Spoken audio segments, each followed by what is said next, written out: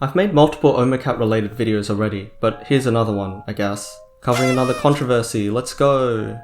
I've always implicitly sided a little more with Omocat during these dramas, not because I feel like I have to defend her, but because I think people are always overzealous about hating popular people, and there has to be some sort of counterbalance.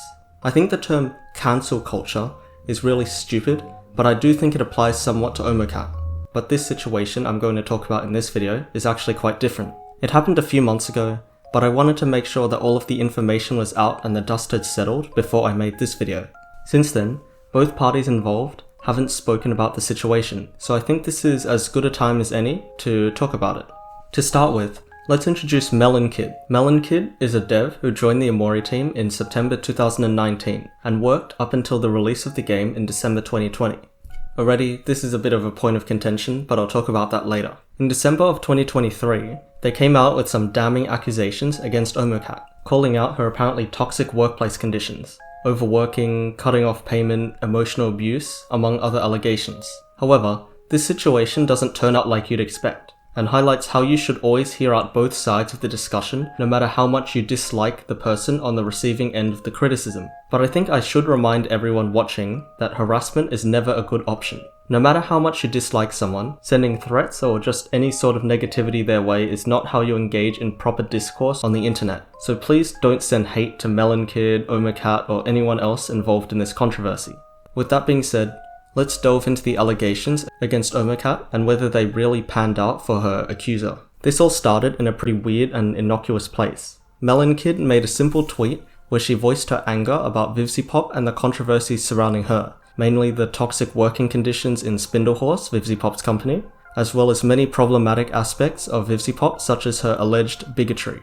Melon Kid writes, "In regard to every time some comes up about VivziePop, I'm reminded of the time I spent working for Omocat. Like the flippant, 'I worked on Omori I guess' in my bio is written like that because I still feel shitty and bitter about that whole experience."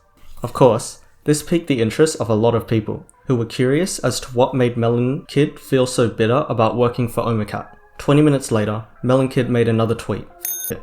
Whatever, I'll just air out my grievances now. I don't like carrying this shit anymore."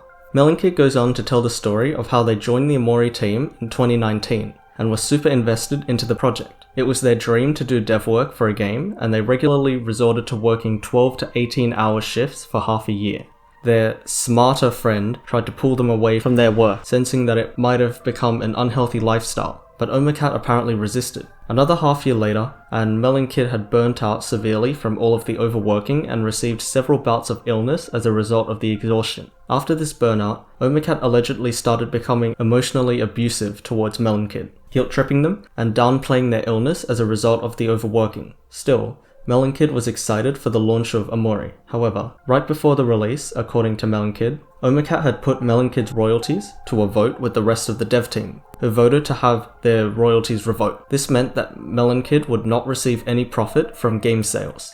They also go on to mention that they knew someone else who was screwed over by Omocat, but refuses to name them for anonymity. Melon Kid also talks about how their name doesn't appear on the official Omori website or on the Wikipedia page for the game, despite showing up in the in-game credits several times. Finally, Melon Kid concludes the thread by detailing a bunch of original contributions that they added to the game, such as the Omori did not succumb mechanic, the heavily memed character Omori in Blackspace, and the infamous Aubrey fight scene. A lot of people understandably sympathized with Melon Kid and their struggles, especially since Omocat herself already isn't particularly well liked to begin with. Many even urged Melon Kid to seek legal advice, or to even lawyer up, pressure Omocat into giving them what they were owed. Some people also asked for evidence, to which Melon Kid responded with a screenshot of DMs they had had with Omocat. In this screenshot, Omocat is telling Melon Kid that she is not comfortable paying them royalties because despite having been employed to work on Omori for over a year at this point, Melon Kid had apparently only worked full-time on the project for about a third of their employment period. Melon Kid replies by stating that they worked extra hours each day to make developing the game more efficient, to which Omocat replies that Melon Kid had already been paid extra in the form of overtime wages, and that royalties were a separate matter and would usually not even be offered to someone like Melon Kid in these circumstances anyway. A few hours later, Omocat released a statement in response to Melon Kid's accusations. She explains her position on the situation and actually shines a light on a lot of issues that Melon Kid didn't mention. Omocat begins by detailing her then close friendship with Melon Kid when she was a developer working on Omori, and how she had actually urged Melon Kid not to overwork themselves, as well as encouraging them to see a doctor when they became ill from the burnout. Omocat states that she was initially offering royalties only to employees who had been working on the game for multiple years. However, after she hired Melon Kid, she noticed that they were a very efficient developer and decided to offer them a royalty deal for their hard work and effort. However, issues appear to have sprung up over time as Omocat observed Melon Kid's patterns of behavior. Omocat accuses Melon Kid of writing over other developers' code, adding unnecessary content that had to be later removed, and belittling the efforts of other developers. Despite Melon Kid's alleged actions leading to more work for themselves and the team, Omocat continued to pay Melon Kid with sufficient overtime wages.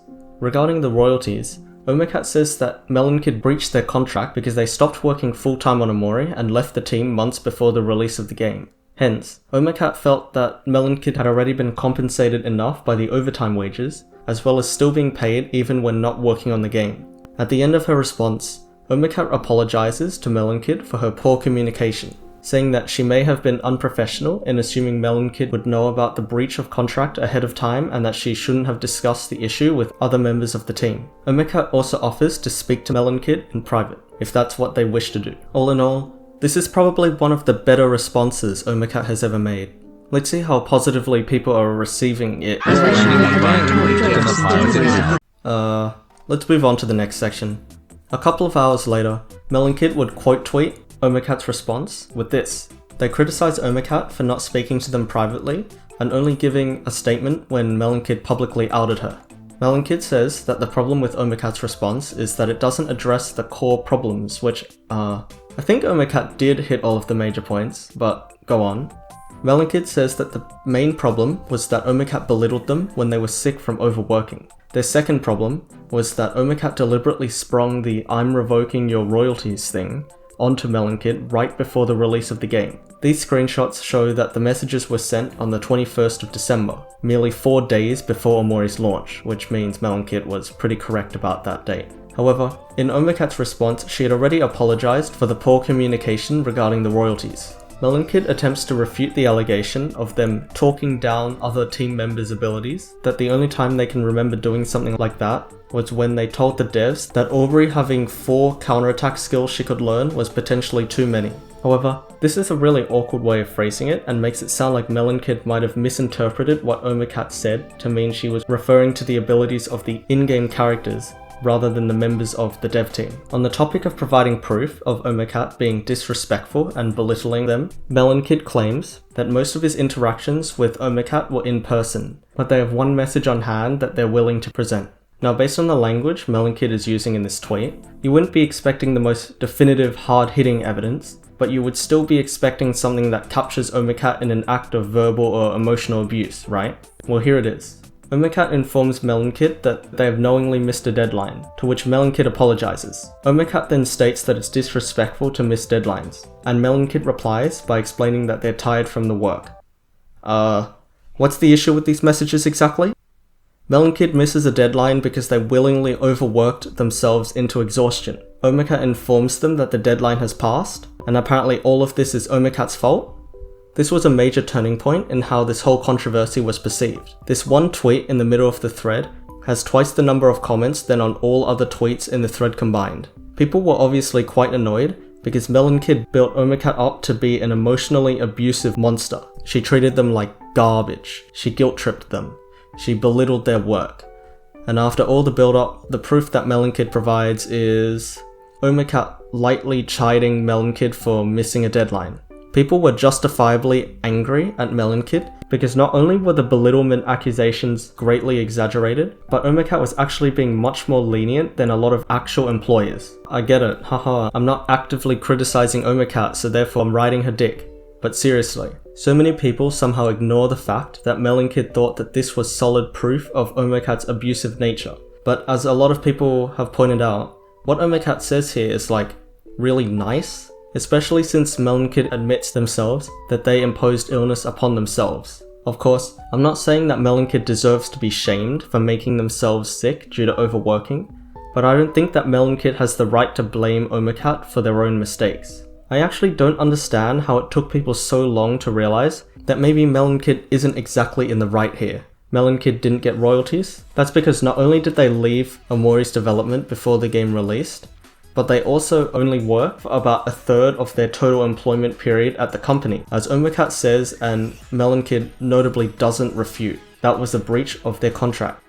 Melon Kid overworked themselves and got sick. I know it might sound cruel, but that's on them. They literally admitted to intentionally working excessive hours in both of their threads, and they still got compensated sufficiently with overtime wages. They were belittled by Omocat? Well, their definitive evidence is a very milquetoast screenshot of them being mildly told off for missing a deadline while they exchanged text emotes like Discord kittens. Even after public opinion had decidedly turned against them, Melon Kid continued to post more and more about Omocat. They posted a couple paragraphs of text which they claimed were from an anonymous source who had also been hurt by Omocat, but it's very hard to tell if this source is credible or not if there's no way to verify the information or who the person is at all. And no, this isn't the anonymous person that Melon Kid mentioned in her first thread. This is a different person, apparently.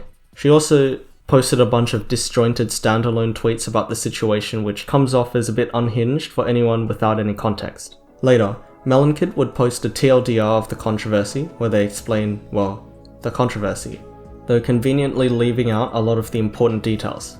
By the way, this whole members started making up about me thing was because a couple of Omori devs, like Nilsomnia, had tried to refute a lot of Melon Kid's points in the original thread.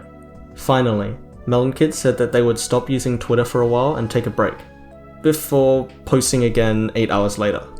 This time, they present a motivational speech that Omocat had apparently given to everyone in the office, which Melon Kid attempts to nitpick for every bit of manipulative wording that they can manufacture. It's genuinely terrifying how Melon Kid is now the one twisting Omocat's words to mean something completely different. At this point, it was clear that Melon Kid was grasping for straws, and people were really urging Melon Kid to just give it up and move on. If you read many of the comments and quote tweets on Melon Kid's posts, it is abundantly clear that the public, or at least those who are more educated on workplace ethics, are in agreement with Omocat that Melon Kid is more at fault here. They clearly overworked themselves, violated their contract, and exaggerated the harassment they received by Omocat. However, the like ratios would lead you to think differently. Omocat's response tweet sits at around 8k likes with 300 comments, with both of Melon Kid's tweets surpassing 40,000 likes and less than half of Omocat's comments. This might make you think at a first glance that Melon Kid is unequivocally in the right here, which, as you can tell from this video, is pretty untrue. There are a number of potential reasons for how this massive disparity could have occurred. The first reason is that a lot of Melon Kid's defenders just might not have jobs. Most people who side with Omocat in this situation claim that her behavior, or at least what is presented by Melon Kid, is perfectly in line with how an employer would normally act, minus some of the amateur mistakes like poor communication. The second reason is that a lot of people just don't like Omocat. You can check out my other Omocat videos if you want to know why. But to put a long story short, she said some weird things 10 years ago and made some merch that was misinterpreted as being sexual in nature. That's all. However, clowning on Omocat for being a pedophile is a very common thing on this cesspool that we call X, formerly Twitter. So it makes sense that a lot of people saw Melon Kid railing against Omocat and jumped on the bandwagon without investigating further into the matter. And that brings us to the third reason. A lot of people just don't bother to hear out both sides. Melon Kid makes her first tweet calling out Omocat and gets 65,000 likes. Sure, I can understand that. The accusations are fairly serious and are leveled against someone who isn't very well liked to begin with. But her subsequent response to Omocat garnered 41,000 likes, despite this being the point when most people realized Melon Kid was in the wrong. So clearly there were still a lot of people who simply read the header tweet, saw that Melon Kid was arguing with Omocat again, and decided to support them without looking into it further. Anyway, I'm hoping this whole controversy shows that whenever you see online discourse like this one, it's always important to go into it and be prepared to hear out both sides of the argument no matter what. In this particular situation, it was especially important. While it appeared that Melon Kid had the public on their side, the evidence and logic point more towards them being wrong than Omocat. However, that's just my own opinion on this topic. I highly recommend researching into this topic for yourself. Thanks for watching, and I'll see you in the next video.